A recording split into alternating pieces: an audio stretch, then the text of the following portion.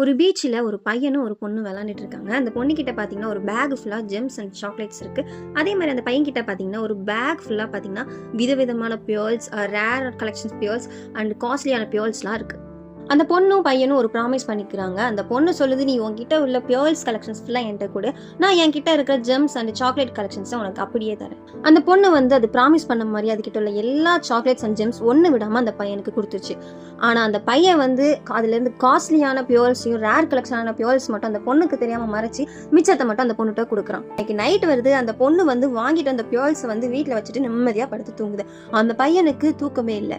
அந்த பையன் நினைக்கிறான், நம்ம ஒளிச்சு வச்சு கொடுத்த மாதிரி அவளும் ஒளிச்சு வச்சு நம்ம கிட்ட கொஞ்சம் சாக்லேட்ஸ் அண்ட் ஜெம்ஸ் எல்லாம் கொடுத்துருப்பாளோ அப்படின்னு யோசிச்சுக்கிட்டு அந்த பையன் பார்த்தீங்கன்னா தூங்கவே இல்லை. நமக்கு ஒருத்தவங்க உண்மையா இருக்கணும்னு நம்ம ஆசைப்பட்டா நம்ம ஃபர்ஸ்ட் அவங்களுக்கு உண்மையா இருக்கணும். நம்ம ஒருத்தவங்களை ஏமாத்தினா அவங்களும் நம்மளை இதே மாதிரி தான் ஏமாத்துவாங்கங்கிற எண்ணத்திலே நம்மளோட பாதி வாழ்க்கை போயிடும். So B loyal to every